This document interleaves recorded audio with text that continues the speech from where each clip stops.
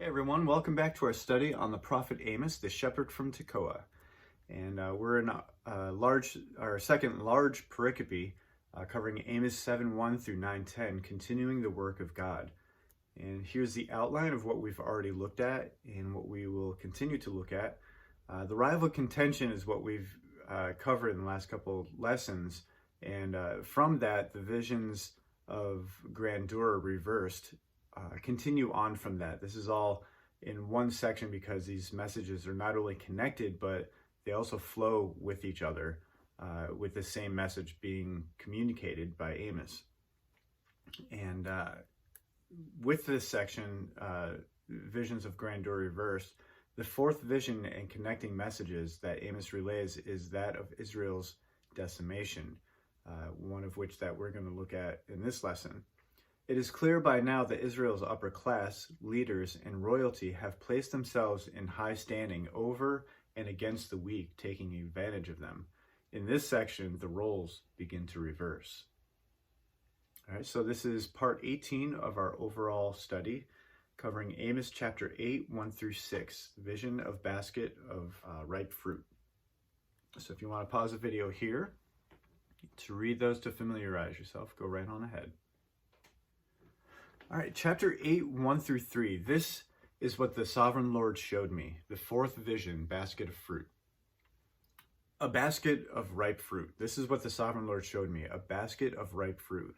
There's a play on words in this section with fruit, keish, and the time is ripe, hekesh, literally the end in verse 2. So there's a play on words there because those two words in Hebrew sound very, very familiar.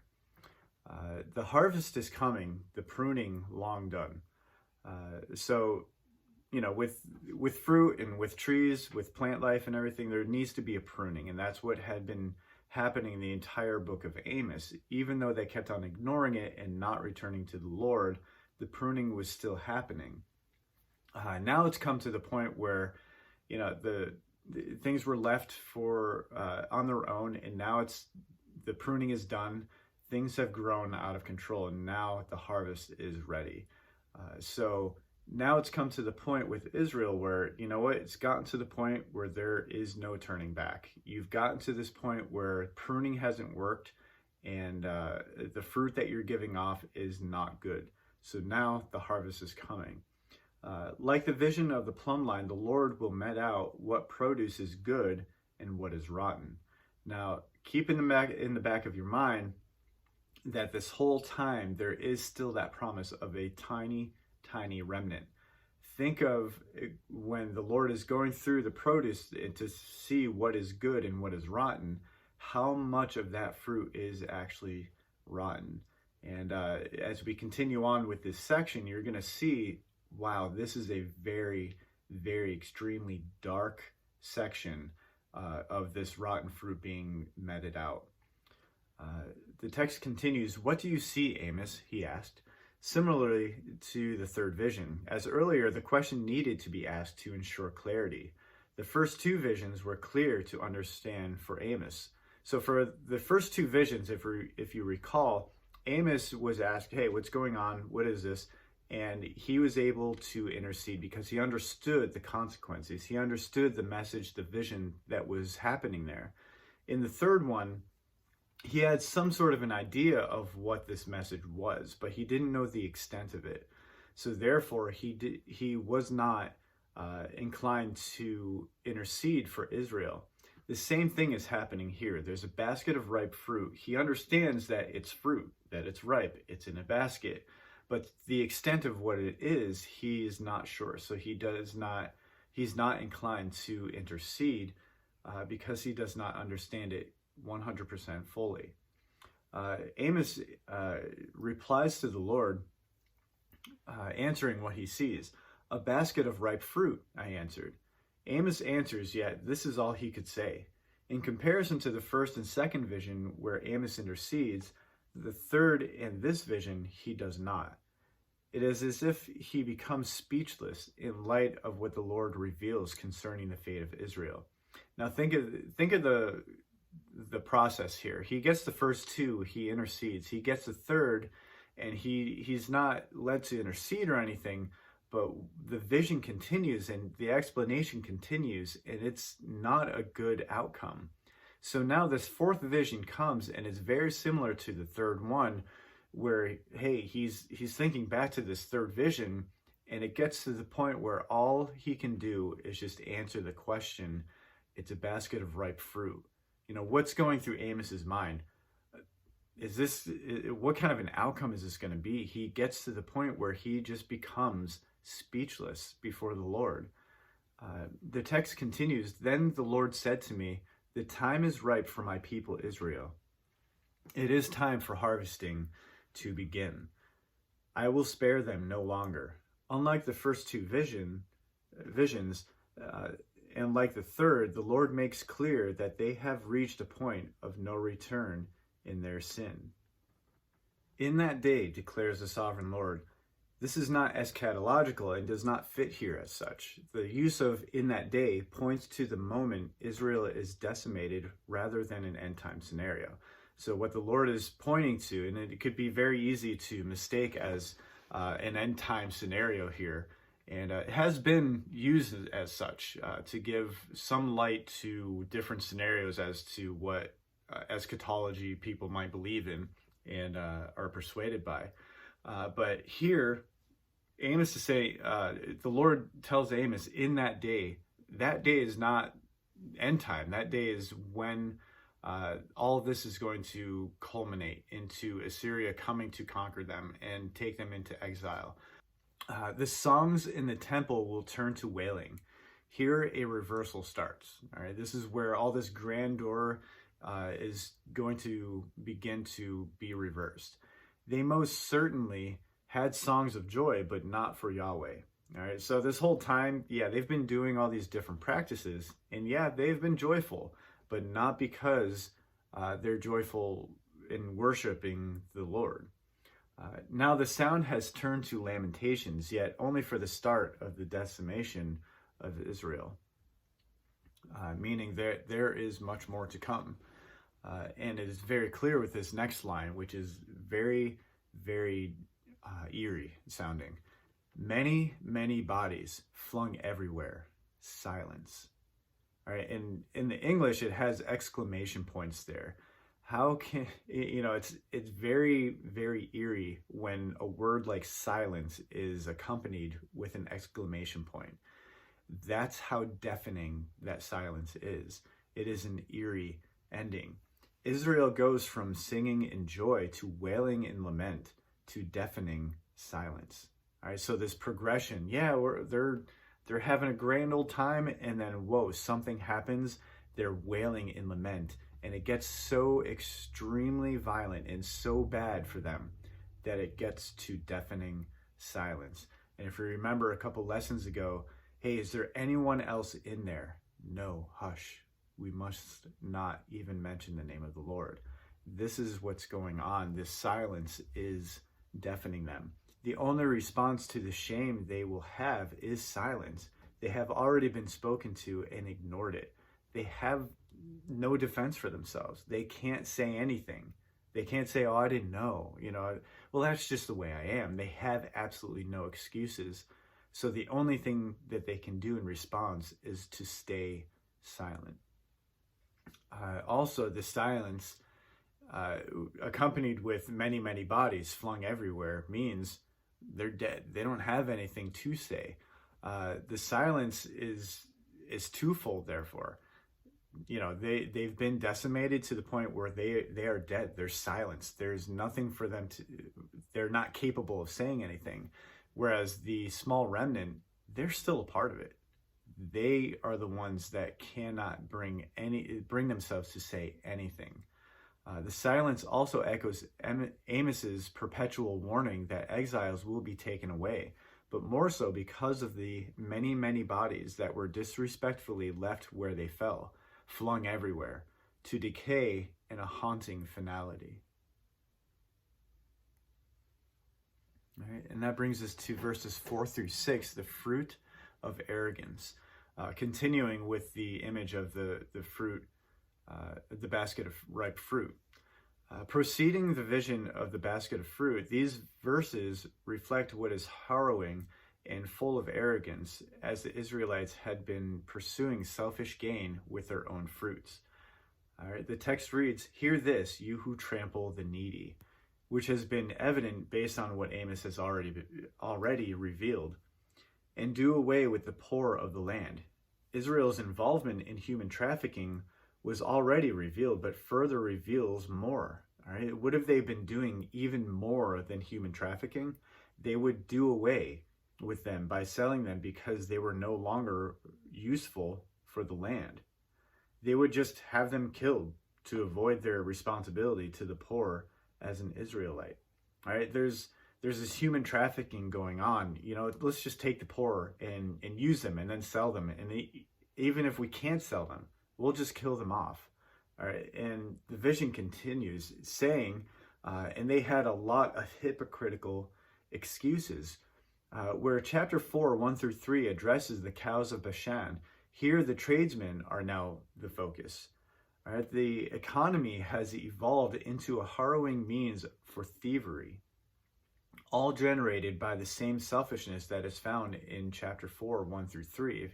So if you recall, or if you want to visit back to 4, 1 through 3, what these cows of Bashan were doing was taking upon themselves this authority that they never had and demanded that they are pampered, that they are given what they want. All right, so now what's going on with these tradesmen who are the same type of people that the cows of Bashan were? What are these tradespeople doing? They're saying, "When will the new moon be over that we may sell grain?" Well, these tradesmen follow orthodoxy. They did not commence inappropriate orthopraxy. All right, so they believe certain things, orthodoxy, but they did not practice it. They did not practice them, the orthopraxy. The tradesmen were all too eager to continue their trade for reasons of their own, that not being for these festivals nor the poor. All right, they wanted to make the gain for themselves. As soon as those festivals are over, they were able to do more selling and to more people, but not to benefit the poor. All right, it was to benefit themselves. "And the Sabbath be ended, that we may market wheat." The Sabbath was one day where the new moon was once monthly. When trade was at its height, these festive days got in the way of business with non-Israelite trade. All right, so here they are. They want to be able to do more. So the Sabbath once a week. Oh, come on! The new moon, it comes once every month, and we have to do that. When is it going to be over? Is what they're saying. So we can keep on making better sales. All right. So what is happening? Skimping the measure, boosting the price, and cheating with dishonest scales. All the business tricks for selfish gain. All right. In Proverbs 11, 1 through 2, it reads, "The Lord detests dishonest scales, but accurate weights find favor with him. When pride comes, then comes disgrace, but with humility comes wisdom." And in Proverbs 16:11, "Honest scales and balances belong to the Lord. All the weights in the bag are of his making." All right, so that's not literal, but it's something that the Lord has prescribed, that if you're going to do this with trade, you need to do it honestly. And wisdom and humility is a part of that. So if you're going to go about that and you change that, you're redefining what the Lord has prescribed. And this is not what it comes down to. It is not anything that the Lord has ever said or prescribed. Both Hosea and Micah also speak of this. So this was a big, big issue, and not just in Amos's time and Hosea's time, but also into Micah's time, where these were an issue. All right, the text continues, "Buying the poor with silver and the needy for a pair of sandals." Right? They considered the value of these poor to be no more than a pair of sandals. All right, think of that. When you go to the store and you buy a pair of shoes, I mean, shoes can be really extremely expensive, but just sandals, just think of like a pair of flip-flops, how cheap that they are.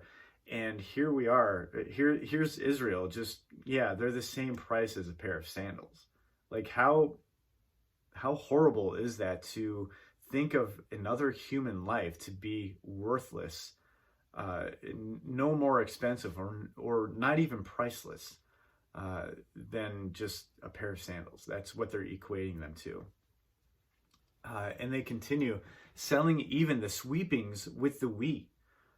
They would sweep up any grains they could from the threshing floor along with the dust and sell it for the same price as a regular bag. All right, so pay attention here what's going on. The weight would also include the dust and empty shells, the garbage. Okay, so not only do they have the weights all skewed and everything and false weights, and now they're taking all this wheat, they're sweeping it up along with the dust and the empty shells of this wheat, putting it in a bag and then putting it on the scales, the dishonest scales. So not only are they doing all of that with the scales, they're also scheming people with all this extra sweepings. It is likely that the sellers would purposefully not sift dirt out so to get more money, because dirt is heavier and spread through the wheat caused it to be heavier. So it's like, oh, this is a lot. You're buying a lot. So you, along with the dishonest scales, so therefore you owe this amount of money. And they would scheme to get more out of what's not even useful. In retrospect, these tradesmen were equating selling the poor as if they too were the garbage. All right, so yeah, they're selling them for like a sandal. They're doing all this dishonest stuff, and now they're equating human life with garbage. The stuff that is just swept up off the floor and included in the dishonest weights and dishonest sacks of wheat. It's just dirt. It's garbage. All right. What the tradesmen were doing was separating religion from business, as religion is religion, but everything else, well, hey, business is business. The tradesmen thought the best way to deal with the problem of poverty was not to stop cheating others. It was to exterminate the poor. So if you're not going to help the poor, if they can't eat, if you keep on cheating even them, if you take them and sell them, if you eradicate them, then there would be no issue. But as I've taught before, what they're doing is imploding on themselves. They're their own people. If they don't have the farmers, if they don't have these other people to do what they are supposed to do as a human being, as one of God's creations, then what is the outcome going to be? These upperclassmen will not have anything or anybody to help them. So when armies come, what kind of an army are they going to have? There's nobody left because they killed them off. When the farming needs done, but they killed all those people off, what are they going to do? They have no help. And they've put themselves in that very situation. All right, so here the dichotomy of faith and life is rejected. They are in fact to be one. Proverbs 22 verses 22 and 23 read, "Do not exploit the poor because they are poor, and do not crush the needy in court, for the Lord will take up their case and will exact life for life." And that is exactly what is going on here. All right, so they took upon themselves this idea like, hey, this is how business is supposed to be, and that's supposed to be religion. We're separating the two. All right, with this basket of ripe fruit, there's a gleaning off of everything that is rotten. And now Amos points out what the rot is. This is how you're treating your own people by separating religion and business. And that's the kind of thing that we do even today. We go to church on Sunday. We might go to a prayer group or a small group another day of the week, or a Bible study.